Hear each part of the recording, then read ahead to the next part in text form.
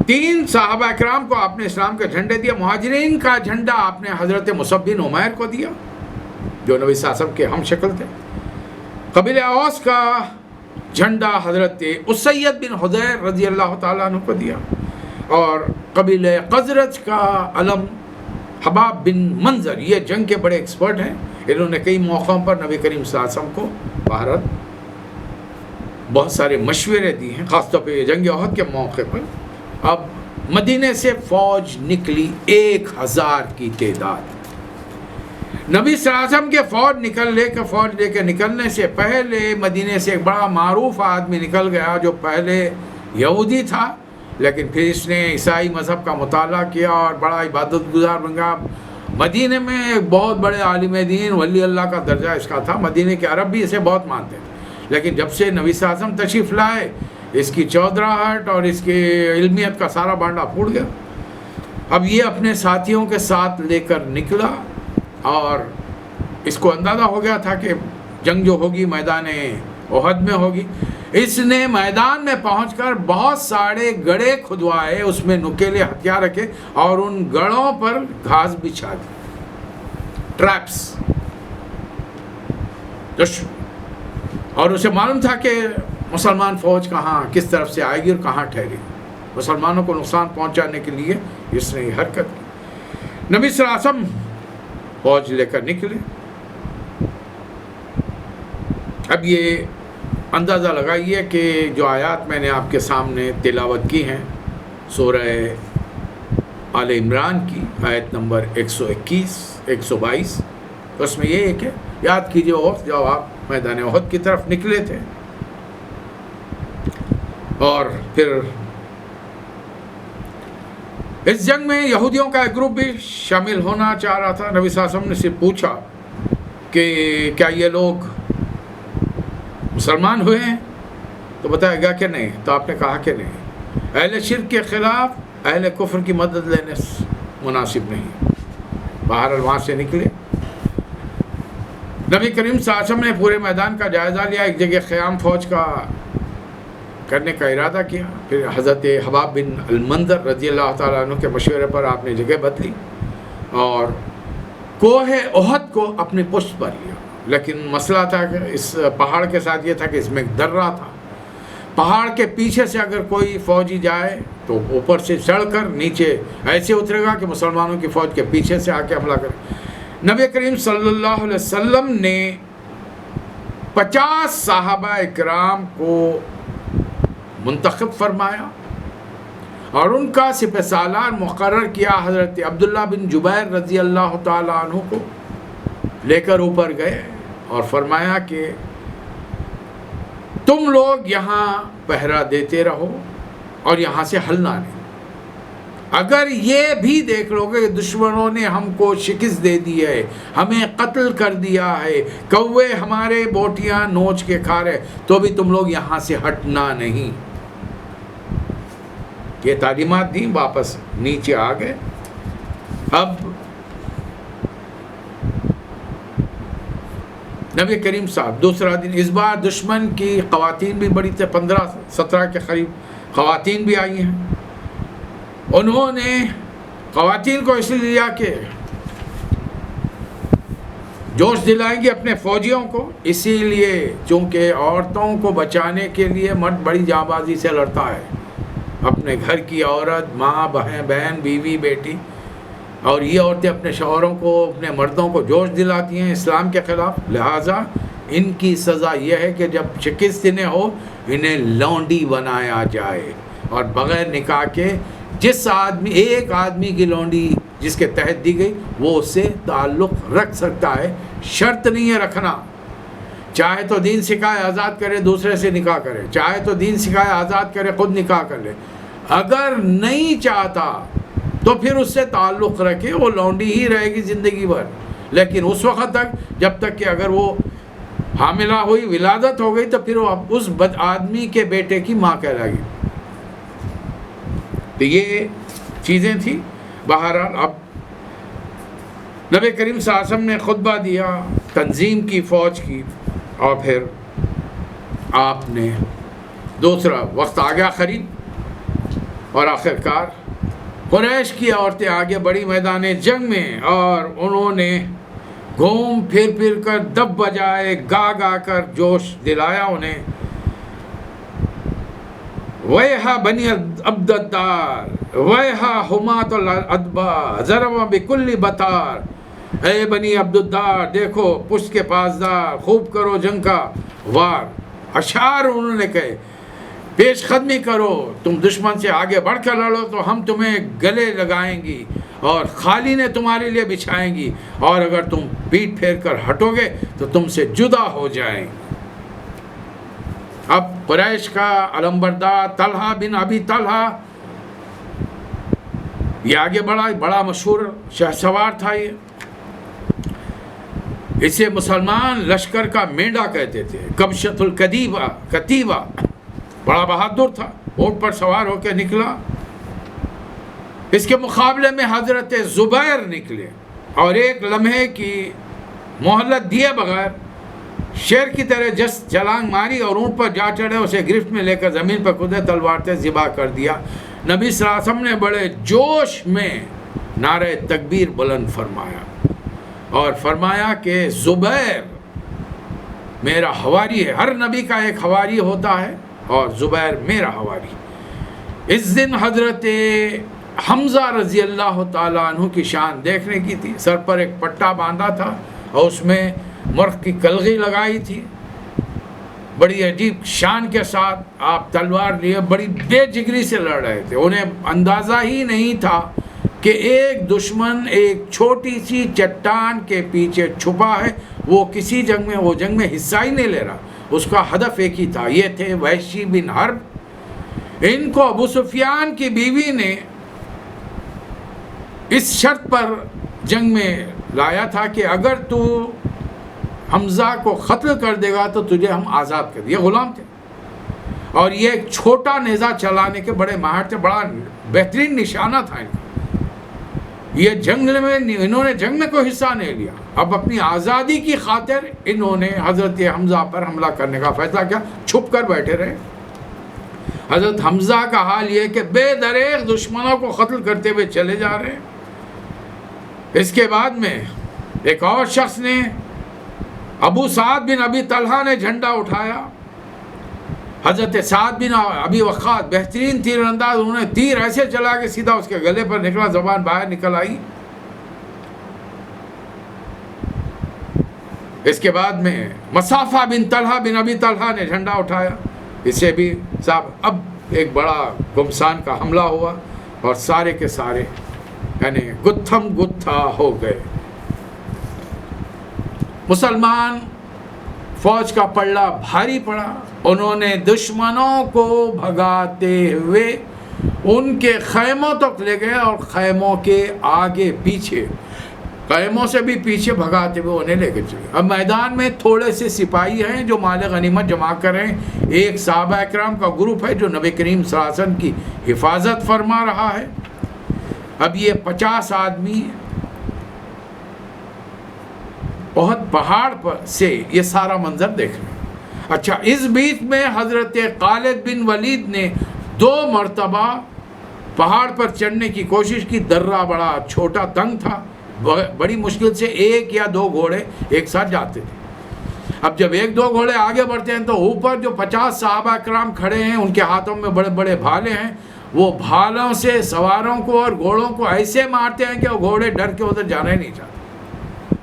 2 مرتبہ خالد بن ولید نے کوشش کی، کامیاب نہیں ہوئے. اب ادھر صحابہ کرام نے دیکھا کہ میدان خالی ہے اور دشمن میدان سے بھاگ چکا ہے.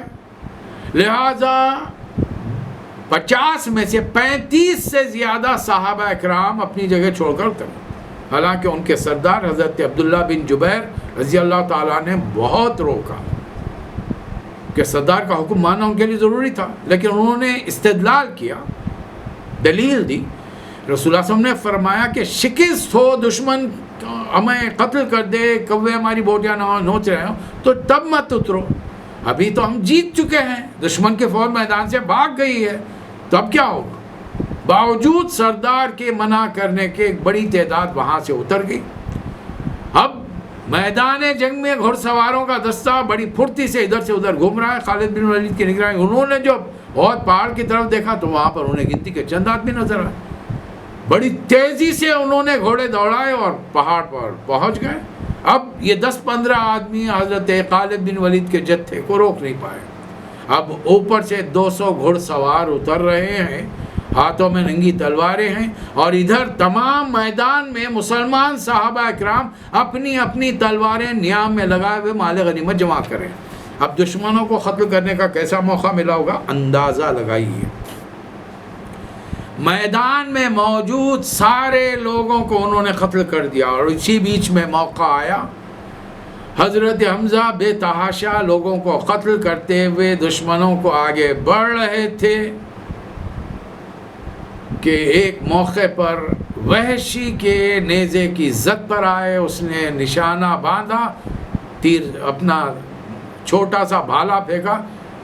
بڑا تیز بھالا تھا, نکیلا بھالا تھا, جو پیٹ پھاڑ کر کمر سے نکل گیا. حضرت حمزہ نے پلٹ کر دیکھا, وحشی کو دیکھ لیا, آگے بڑھ کر بھاگنا چاہا لیکن لڑکھڑائے گر گئے. حضرت حمزہ شہید ہونے کے ساتھ ہی عورتوں کو جب اطلاع ملی, ہندہ ابو سفیان کی بیوی جن کے باپ اور بھائی کو قتل کیا گیا, حضرت حمزہ نے قتل کیا تھا میدان بدر میں, وہ آئی. روایات ہیں کہ انہوں نے سینہ چاک کیا, جسم کے ٹکڑے ٹکڑے کر دیے, ان کا کلیجہ نکالا, اس کا خون پینے کی کوشش کی, وغیرہ وغیرہ. بہت سارے لوگوں نے بھی بعض صحابہ اکرام کو کے جسموں کا مسئلہ کیا ہے, ٹکڑے ٹکڑے کیے ہیں. اسلام نے مسئلے کو حرام قرار دیا.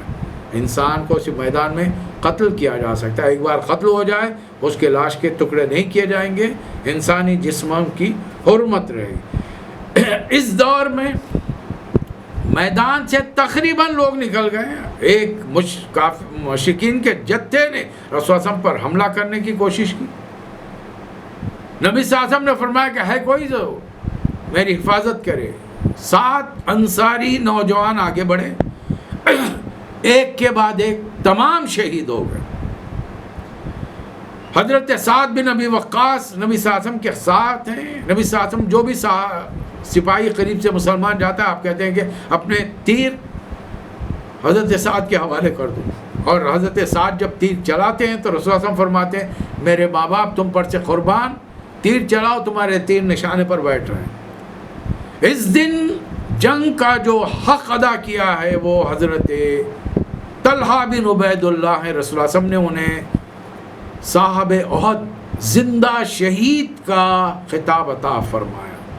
جسم کا کوئی حصہ ایسا نہیں تھا جہاں زخم نہیں آیا ہو, اور یہ رسول اللہ علیہ وسلم کے سامنے ڈھال بنے ہوئے تھے. اس جنگ میں مسلمانوں کی جانب سے بھی کچھ خواتین آئی تھیں جو زخمیوں کو پانی پلا رہی تھیں. ان میں حضرت عائشہ, حضرت ام سلیم اور کئی خواتین ہیں. یہ لوگوں کو پانی پلا رہی ہیں جو مسلمان صحابہ زخمی ہو کے پڑے ہوئے ہیں. ایسے عالم میں نبی کریم صلی اللہ علیہ وسلم میدان میں جا رہے ہیں. دشمن امیہ بن خلف آواز لگایا کہ کہاں ہے محمد, میں قتل کرنا چاہتا ہوں.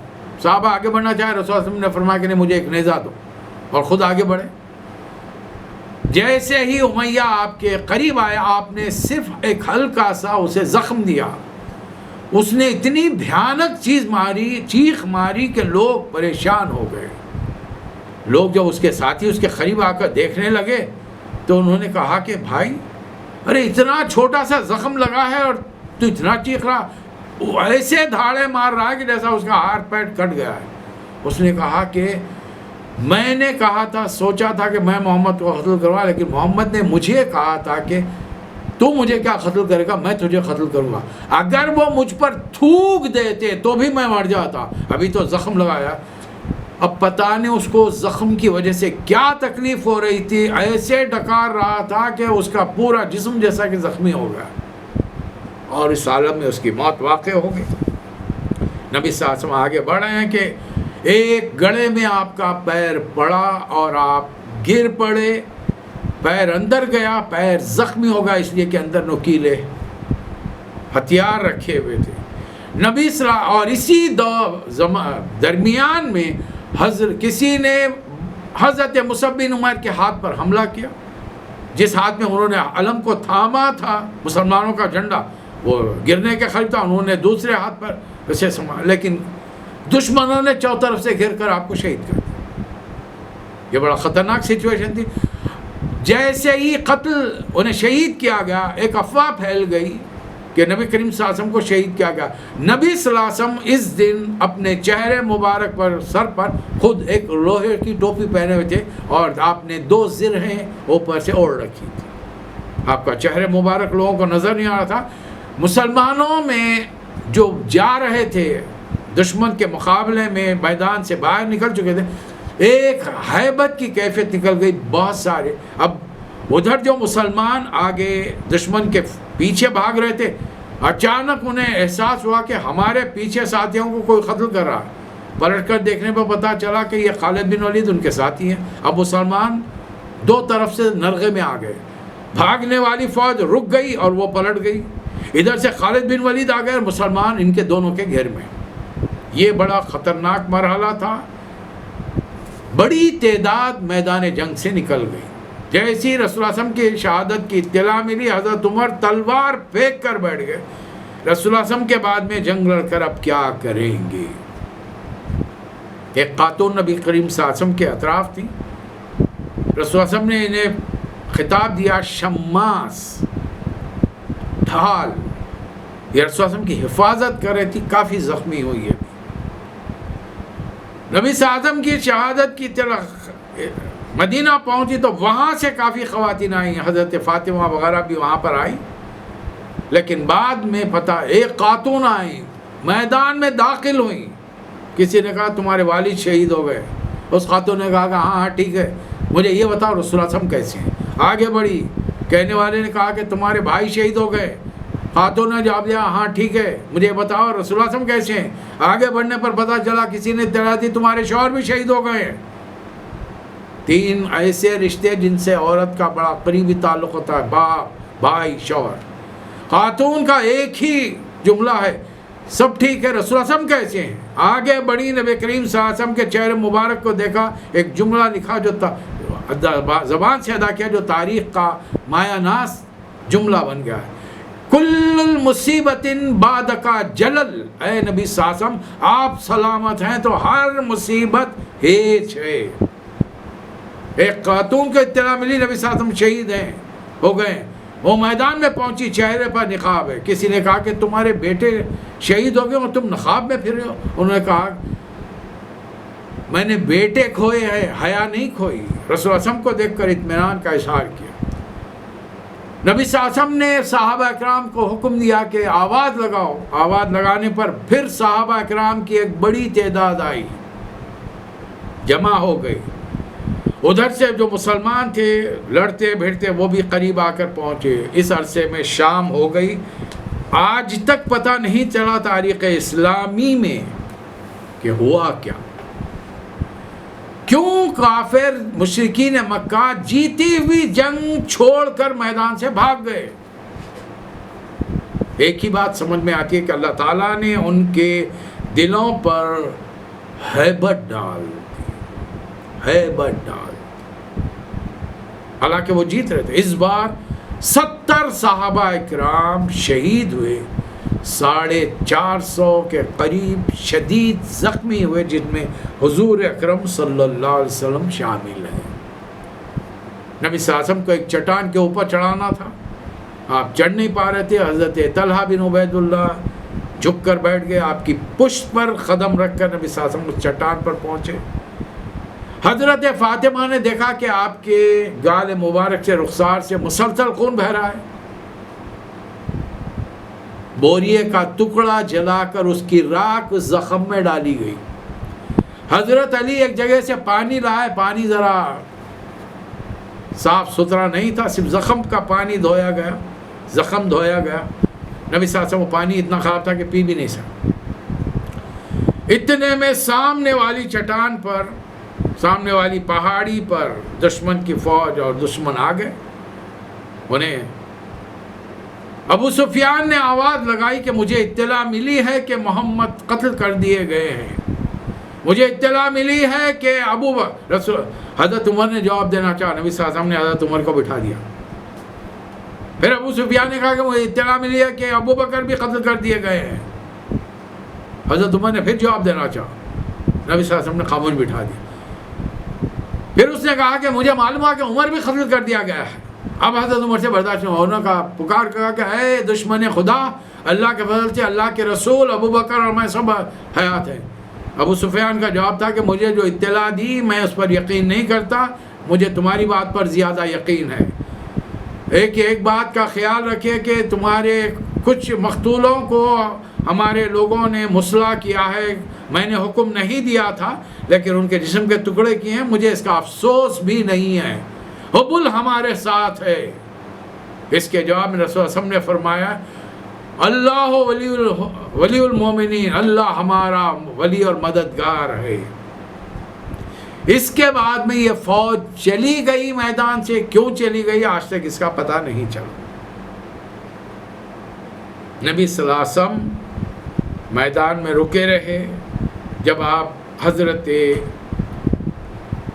حمزہ رضی اللہ تعالی عنہ کے جسد مبارک کے پاس پہنچے تو دیکھ کر بے اختیار رو پڑے کہ لاش کے ٹکڑے ٹکڑے ہیں.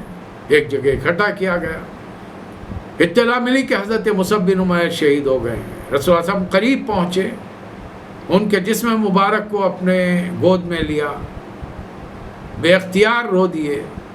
فرمایا کہ کیا ناز و نام میں پالا ہوا نوجوان، حسین، خوبصورت، اور آج میدان احد میں اس طرح شہید ہوا کہ جسم پر ایک چادر اتنی چھوٹی ہے کہ سر ڈھانکتے ہیں تو پیر کھل جاتے ہیں، پیر ڈھانکتے ہیں تو سر کھل جاتا ہے.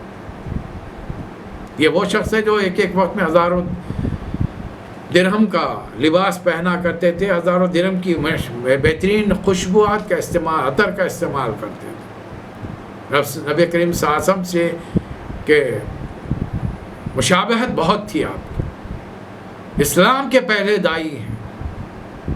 شہادت 70 صحابہ اکرام کی نماز جنازہ پڑھائی. ہر نماز جنازہ کے ساتھ حضرت حمزہ کا جنازہ رکھا، یعنی ان کی نماز جنازہ 70 مرتبہ پڑھائی گئی. پھر کئی قبریں کھودی گئیں، 2 4 صحابہ اکرام کو ایک قبر میں رکھا گیا.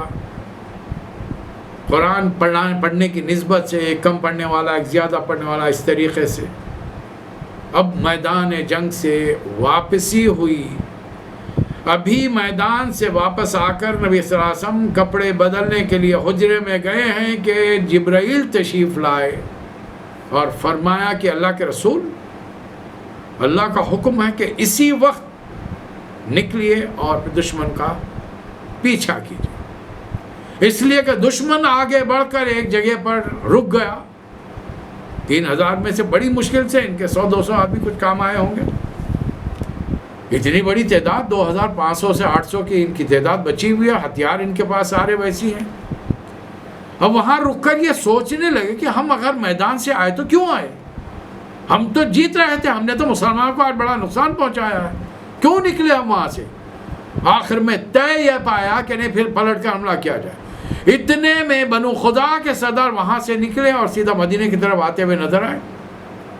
یہاں پر آ کر پتہ چلا، تمام چیزوں کا اندازہ، واپس جا رہے تھے. ابو سفیان نے پکڑ لیا، پوچھا کہ کیا مدینے کی اطلاع ہے؟ انہوں نے بڑا چڑھا کر کچھ باتیں بیان کی کہ مدینے کا ایک آدمی جذبے میں، غصے میں ہے کہ کافی ان کا نقصان ہوا اور پورا مدینے والے تم کو چڑھائی کے لیے آ رہے ہیں. حالانکہ ادھر مدینے میں رسول اللہ صلی اللہ علیہ وسلم نے حکم دیا تھا کہ صرف وہی لوگ میدان بدر میں میدان احد میں جنہوں نے شرکت کی، جنگ کے لیے نکلیں گے، کوئی دوسرا نہیں آئے.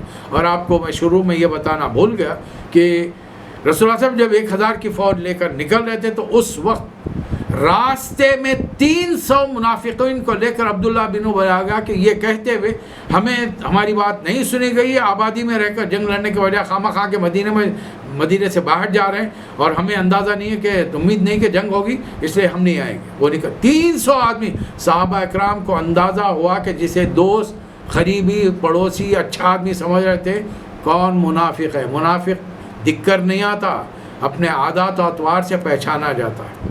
بات کرے، جھوٹ کہے، جھگڑا کرے، گالی گلوچ پر اتر آئے، امانت رکھائی جائے، امانت میں خیانت کرے اس کے اندر، اور جب کسی سے جھگڑا کرے تو گالی گلوچ پر اتر آئے.